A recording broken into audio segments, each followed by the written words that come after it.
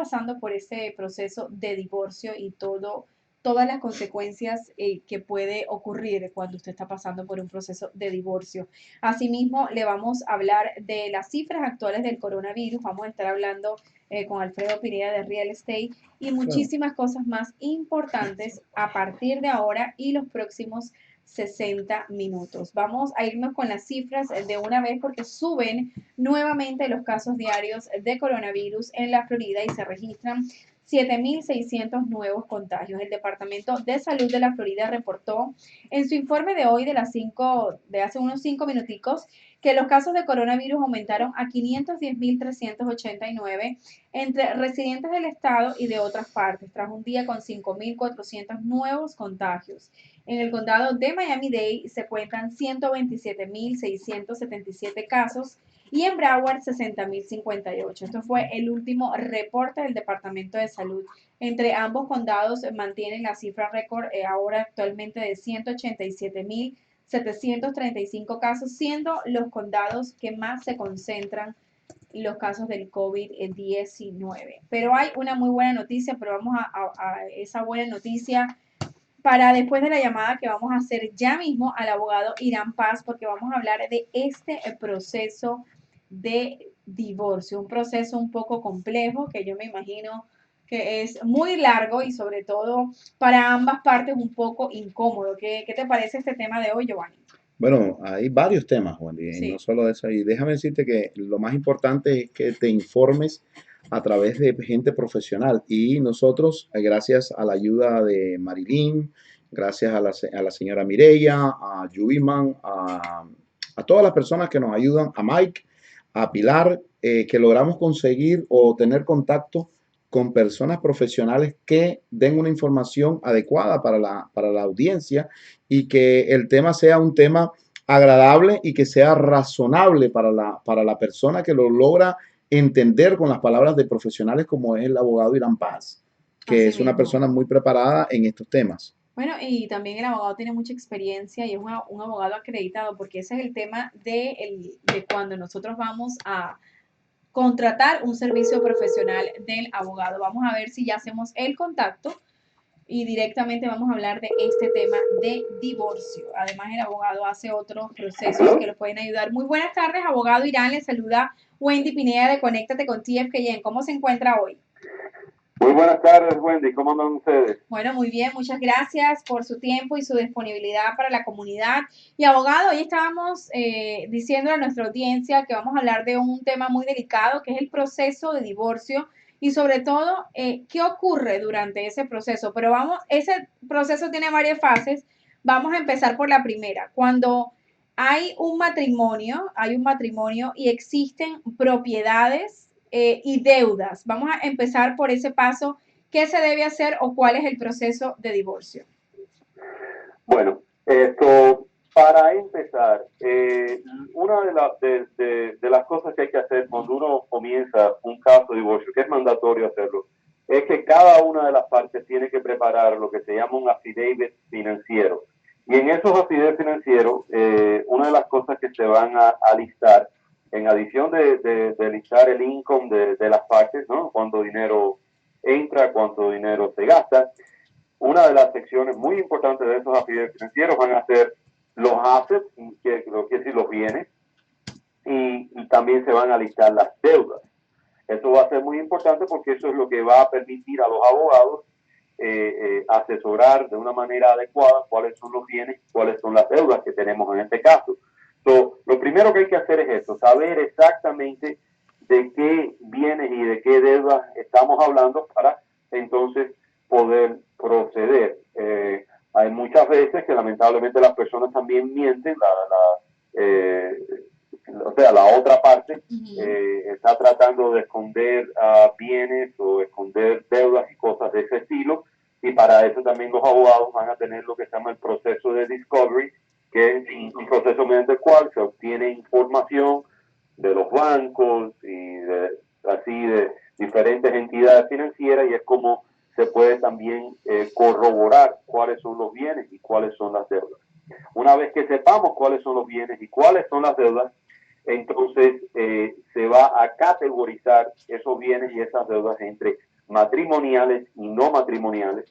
Los que no son matrimoniales quiere decir las cosas que se adquirieron antes del matrimonio, y eso básicamente van para la persona que lo recibió, ¿no? O para la esposa, para el esposo, que recibieron cosas o antes del matrimonio o cosas que fueron heredadas de sus respectivas familias, o sea, si la mamá de la esposa o el papá de la esposa dejó algún tipo de herencia, ese tipo de cosas. Eso tiende generalmente a ser no matrimonial, lo cual quiere decir que es simplemente la persona que lo recibió. Uno que es algo más importante y va a ser generalmente el punto fundamental de litigación cuando estamos dividiendo la propiedad, va a ser la casa. Por ejemplo, la propiedad matrimonial va a ser una cosa muy, muy importante. En ese caso, es muy importante que los oyentes sepan que, primero que todo, si la casa fue adquirida durante el matrimonio, entonces los dos van a tener el mismo tipo de derechos sobre esa casa. Muy importante que lo sepan. Muchas veces yo tengo clientes que piensan de que porque mi nombre no está en la propiedad o algo así, piensan que una de las dos personas es la única que tiene derecho, y no es así. Los dos tienen derecho a esa propiedad, aunque uno solo esté en el título de la propiedad, si esa propiedad fue adquirida durante el matrimonio. Adicionalmente, si esa propiedad fue adquirida antes del matrimonio, pero no se terminó, como tú sabes, right? La mayoría de las personas cuando compran una propiedad la van pagando poquito a poco, pagan el mortgage. So, si esa propiedad no se ha terminado de pagar después que las personas se casaron y entonces después viene el matrimonio, se sigue pagando la propiedad y la propiedad sube de valor, incluso en esa circunstancia, el esposo o la esposa nueva va a tener cierto derecho al valor de la propiedad que aumentó después del matrimonio. Como tú sabes, las propiedades tienden a subir de precio con los años. O si usted lleva un matrimonio de 10 o 15 años, vamos a suponer, y su pareja tenía una propiedad antes de casarse, right? Pero que esa propiedad subió de valor durante esos años de matrimonio, entonces la persona va a tener derecho a una porción de ese dinero que subió de valor. Ok, y abogado, en el caso que existan, porque también puede ocurrir que existan cuentas de retiro o si una de las personas es miembro del servicio militar, ¿cuáles son esas condiciones y cómo funciona el proceso de divorcio? Muy, muy buena pregunta. Con relación a una cuenta de retiro, primero hay que ver qué tipo de cuenta de retiro estamos hablando. So, cuando son cuentas de retiro regulares de personas civiles, right, que no son miembros del servicio militar, número uno, hay que hacer parte, y es muy importante, es un proceso bien delicado, donde un error puede resultar en pérdida de derechos significativos. Entonces, lo que se hace es que primero hay que escribir muy bien en ese acuerdo de divorcio que se va a distribuir la cuenta de retiro a partes iguales. Generalmente lo que va a ser matrimonial, en otras palabras, lo que es sujeto a distribución, va a ser el dinero que se acumuló en esa cuenta de retiro durante los años en que las personas estuvieron casados, más el dinero en intereses que esa cuenta de retiro adquirió durante esos años. Y el periodo que cuenta es el periodo desde que usted se casó hasta el momento en que se filea, que se abre el caso de divorcio en la corte. Después que el paso número uno es escribir eso bien hecho, asegurarse que esté incluido tanto en el acuerdo de divorcio como en la sentencia final de divorcio, y posteriormente va a hacer falta hacer una orden adicional que es lo que se conoce comúnmente como un 4, que es una orden que efectivamente lo que hace es que extrae el dinero de la cuenta original, la porción que es para el otro esposo o esposa, se extrae de la cuenta original y se pone en una cuenta nueva de retiro para el otro esposo. Así, de esa manera las dos personas tienen sus dos cuentas, cada uno termina con una cuenta de retiro.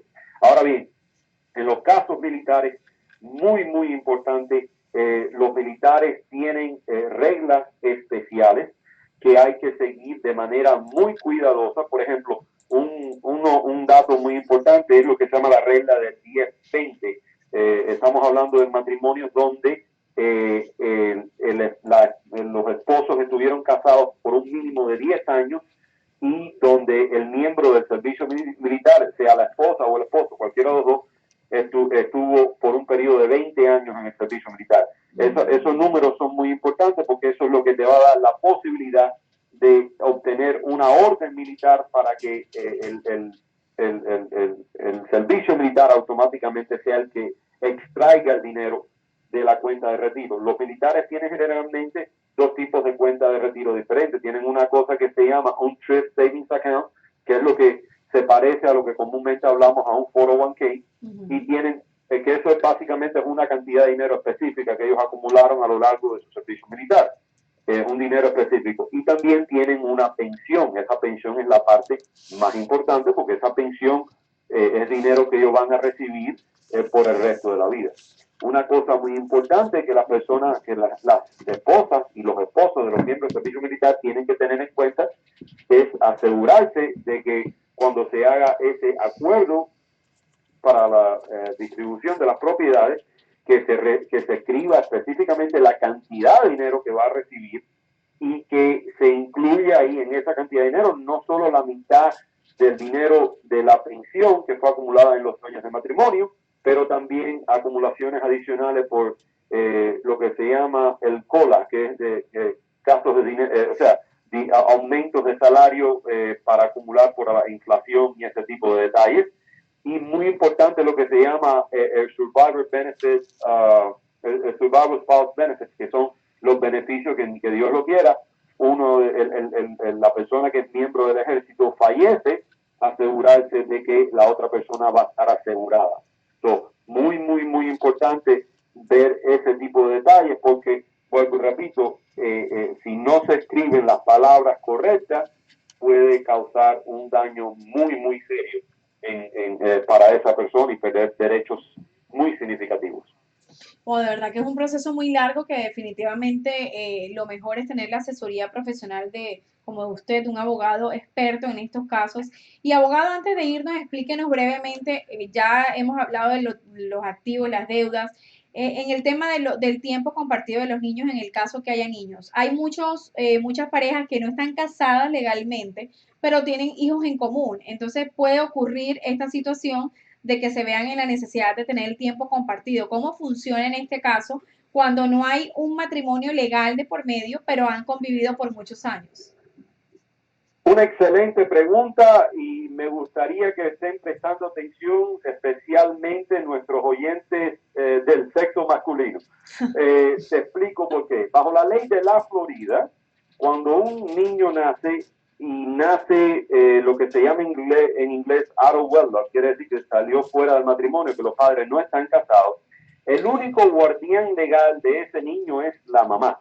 Eso quiere decir que el papá no tiene ningún derecho de poder de decisión y de tener tiempo con el niño hasta que ese papá vaya a la corte y se establezca un proceso para establecer la paternidad legal de ese niño.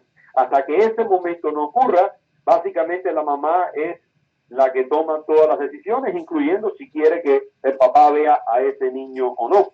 ¿Okay? Eso se vuelve muy importante en situaciones donde después que la pareja se rompe, si la mamá, por ejemplo, quiere mudarse a otra ciudad, quiere mudarse a otro estado, dado de que la mamá en ese momento, en el momento que toma la decisión, es el único guardián legal, eso pone al papá en una situación muy desventajosa, lo cual quiere decir que es muy importante que los padres sepan que en el momento que se rompe esa relación, muy rápido hay que ir a la corte para poner un caso de paternidad para establecer sus derechos paternos y el tiempo con el niño. La segunda parte de esa pregunta es, bueno, ¿cómo va a funcionar el tiempo compartido? La ley de la Florida es bien clara en que tanto el mamá como papá son iguales bajo la ley. ¿Ok? So, la decisión va a ser en qué es lo que está en el mejor interés para ese niño. Y el punto de partida debe ser siempre el tiempo igual. Right? 50-50 que le dicen comúnmente. Ahora, van a haber factores adicionales los cuales van a hacer que el juez se desvíe en cierta parte de ese 50-50. Un factor fundamental te puedo decir que va a ser, por ejemplo, la distancia en que un padre vive del otro padre y el horario de trabajo. Porque si tú estás trabajando una cantidad de horas exorbitante, tú no le puedes pedir a la corte que te dé 50-50 el tiempo del niño cuando tú estás llegando a la corte, a la casa casi que para irte a dormir y no vas a pasar tiempo con ese niño. Y Y lo mismo va a pasar cuando vives muy lejos.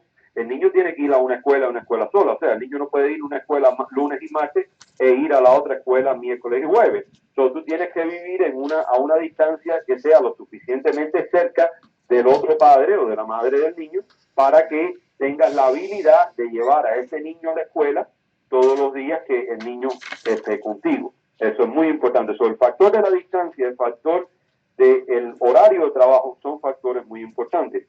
Obviamente hay otros factores especiales que van a ser muy importantes también. En casos donde desafortunadamente hay algún problema de violencia doméstica, algún tipo de problema de abuso o algún tipo de drogas o alcoholismo, ese tipo de circunstancias diferentes, para decirlo así, también van a mover la balanza de un lado o del otro.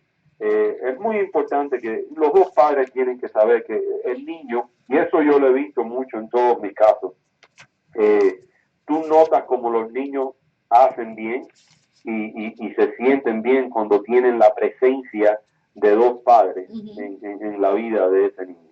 Claro, hay veces que el 50-50 es bueno, hay veces que el 50-50 es adecuado, hay veces donde simplemente no lo es, como te estaba diciendo al principio, en circunstancias donde hay una distancia muy larga, en circunstancias donde los papás trabajan. Por ejemplo, un caso muy difícil son las personas, los camioneros, por ejemplo, que trabajan y se van por muchos días fuera de la ciudad, ¿me entiendes? En ese tipo de circunstancias, tener un tiempo compartido o un tiempo significativo con esos niños se vuelve muy difícil. Excelente, abogado. De verdad que muchas gracias por su tiempo y por toda esta información tan valiosa para todos nuestros oyentes. ¿Y dónde nos podemos comunicar con usted y la dirección de su oficina? Por supuesto que sí. El número de teléfono de nosotros es el 305-755-2500. Ahí estamos a la orden para cualquier pregunta que tenga. La oficina de nosotros está localizada en la ciudad de Hialeah, en el 4160 West 16 Avenida, número de suite 304A, y es, como estaba mencionando, la ciudad de Hialeah, Florida, número de postal 33012. Perfecto, abogado. Muchísimas gracias y nos mantendremos en contacto para seguir actualizando a la comunidad. Muchas gracias a ti por tenerme, muchas gracias a Giovanni y a todos ustedes por la labor que hacen todos los días por la comunidad. Gracias, muy amable. Hasta luego. Hasta luego.